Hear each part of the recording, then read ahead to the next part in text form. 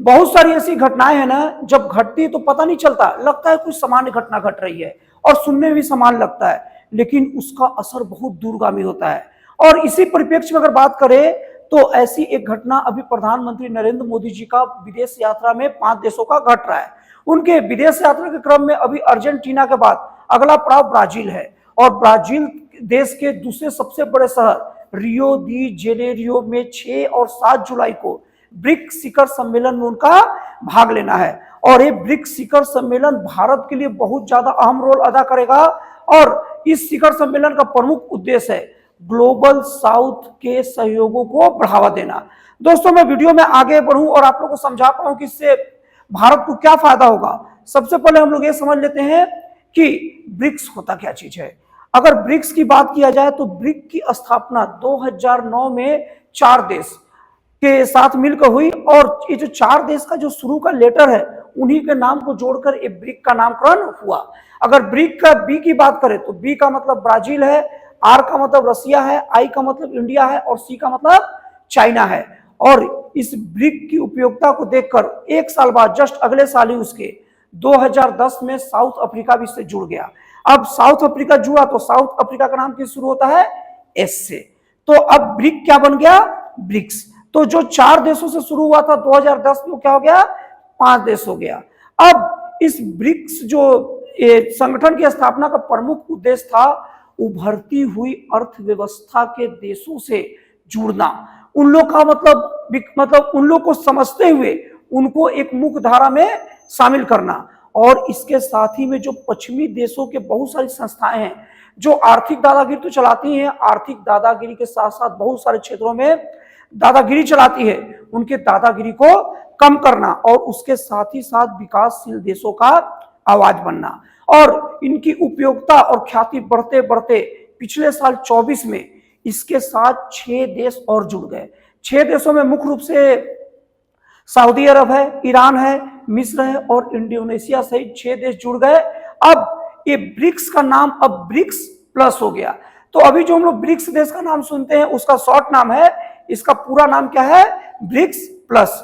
अब आप लोग को बता रहा हूं इस ब्रिक्स की जो क्षमता है, ये पूरे के पूरे ब्रिक्स देश में पूरे वर्ल्ड का 47% जो जनसंख्या है ना, वो इन्हीं ब्रिक्स देशों के पास आ गई है। और यही नहीं, 37% पूरे वर्ल्ड का जीडीपी इन्हीं ब्रिक्स देशों के पास है। और इसके बाद में 45% जो पेट्रोलियम उत्पादक क्षेत्र है वो भी इसी ब्रिक्स देश के साथ में, क्योंकि सऊदी अरब हो गया, ईरान हो गया, रसिया जैसे प्रमुख पेट्रोल उत्पादक जो देश है वो इसके साथ जुड़ गए। अब हम लोग देख लेते हैं कि भारत का ब्रिक्स देशों के साथ जुड़ने पर फायदा क्या है, इसे भारत का हित क्या है। तो भारत का सबसे प्रमुख फायदा तब हुआ जब सऊदी अरब और ईरान जैसे प्रमुख तेल उत्पादक देश इनके साथ जुड़ गए। तो भारत को जो ऊर्जा के क्षेत्र में जो प्रमुख मतलब तेल से संबंधित है उसमें बहुत सारे ऑप्शन मिल गए। और केवल ऑप्शन ही नहीं मिले, बहुत सारे सस्ते और चुनिंदा ऑप्शन भारत के सामने पहुंच गए। और इसके बाद में भारत देश को नया बाजार भी मिला और नए सहयोगी देश भी मिले। और इसमें प्रमुख रूप से थे मिस्र थे, इथियोपिया और इंडोनेशिया है। और इसके द्वारा टेक्नोलॉजी हो गया और बुनियादी ढांचे का आदान प्रदान का मौके से भारत का बहुत ज्यादा चहुमुखी विकास हुआ भी है और हो भी रहा है। अगर आप वर्ल्ड के नक्शे को देखें तो आपको पता चलेगा कि ब्रिक्स प्लस देशों में प्रमुख रूप से वो देश है ना जो ग्लोबल साउथ में आते हैं। और इसमें भारत की बहुत अच्छी खासी पकड़ है, मतलब भारत की अब बहुत सारी बातें सुनी जाती है। तो इस तरीके से ब्रिक्स की स्थापना के बाद और जो खास करके 6 देश जो बाद में जुड़े हैं उनके बाद ये माना जाने लगा है कि ग्लोबल साउथ की आवाज अब भारत बन रहा है। और इसके साथ ही साथ भारत को अच्छा बाजार और अच्छा निवेश के लिए बहुत सारे विकासशील देश मिलने लगे हैं। और इसकी स्थापना के बाद एक और चीज हुआ है, पूरे जो वर्ल्ड में डॉलर का एक भौकाल मचा हुआ था ना, डॉलर डॉलर डॉलर। तो ब्रिक्स देश की स्थापना के बाद क्या कर रहा है ब्रिक्स देश, ज्यादातर अपने जो व्यापारिक जो आदान प्रदान कर रहा है ना वो स्थानीय मुद्राओं के रूप में कर रहा है। अब इसके कारण डॉलर की वैल्यू तो गिरी है। हालांकि चीन अपना युआन की को रखने की बात किया था और इसके बाद भारत अपना रुपए का प्रतीक चिन्ह मतलब आदान प्रदान की बात किया था, उसमें थोड़ा सा दोनों देश के सामने टनाटनी हुई थी, लेकिन वो सेकेंडरी चीज है। डॉलर की वैल्यू तो फिर भी गिरी है और स्थानीय मुद्रा का कद भी बढ़ रहा है। अब इसके बाद में हम लोग ये देख लेते हैं कि जहां पर एक अच्छी चीज होती है वहां थोड़ा बहुत ठनक उनक और थोड़ा बहुत ना समस्या रहती है। अब अगर इसकी प्रमुख समस्या की और चुनौती की बात किया जाए ना, तो सबसे बड़ा चुनौती है ब्रिक्स देश में ना दो ऐसे बड़े देश और ताकतवर देश है ना जो दो देशों के बीच में बिल्कुल नहीं बनती, और वो देश है भारत और चाइना। ये दोनों के दोनों देश हर वक्त एक एक हाथ कर ले, एक बार तू और एक बार मैं। और इसमें सबसे प्रमुख विवाद का कारण यह बनता है ना कि जो चाइना जो देश है ना वो कभी भी सीमा को लेकर ना शांत नहीं रहता, क्योंकि चाइना देश की नजर हमेशा किसी न किसी देश के ऊपर पड़ी रहती है।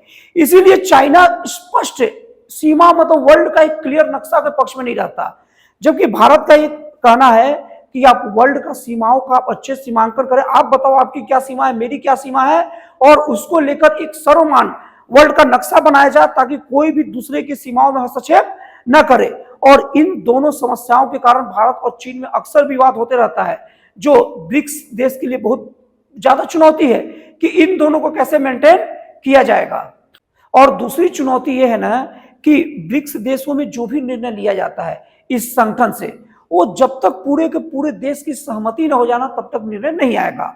और पूरे देश की सहमति में कई देशों की अपनी स्थानीय समस्याएं होती है, राजनीतिक समस्याएं होती है, मतलब वही जियो पॉलिटिक्स समस्याएं, तो उसको लेकर ना बहुत बार जो आम सहमति बनने बहुत समय लग जाता है, जिसका समय बहुत ज्यादा बर्बाद होता है। ये ब्रिक्स की बहुत बड़ी समस्या है। अब दोस्तों हम लोग देख लेते हैं कि इस साल की ब्रिक्स शिखर सम्मेलन 2025 में क्या ऐसा खास बात है जो भारत के लिए बहुत ज्यादा जरूरी है।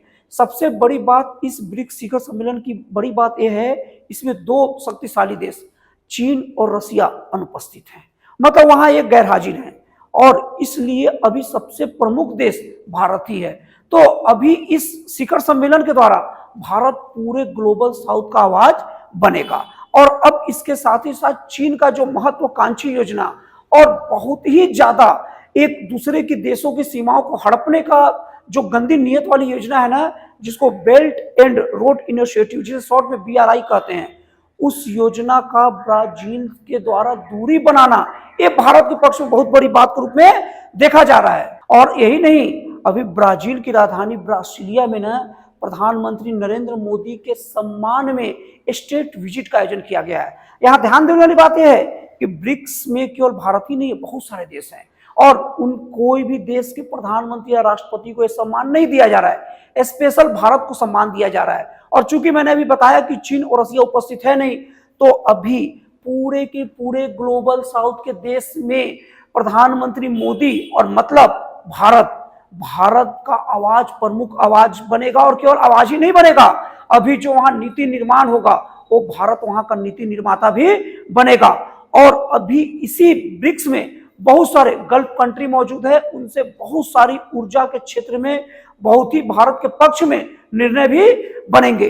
तो दोस्तों ये जो ब्रिक्स शिखर सम्मेलन है ना, वो दिख भले कम रहा है, लोगों को समझ में नहीं अभी आ रहा है, लेकिन आने वाले समय में इसका प्रभाव बहुत ही ज्यादा बड़ा पड़ने वाला है। तो दोस्तों आपको ब्रिक्स शिखर सम्मेलन की जानकारी मेरे द्वारा दी गई कैसे लगी, और अभी जो भारत के जो 2025 में जो ब्राजील में शिखर सम्मेलन हो रहा है उसमें भारत की जो मेरी स्थिति का जो एनालिसिस है वो कैसे लगा, जरूर आप कमेंट करके बताइएगा। फिर मिलते हैं अगली वीडियो में एक जन कल्याणकारी और एक राष्ट्रवाद से प्रेरित नए विचारों के साथ।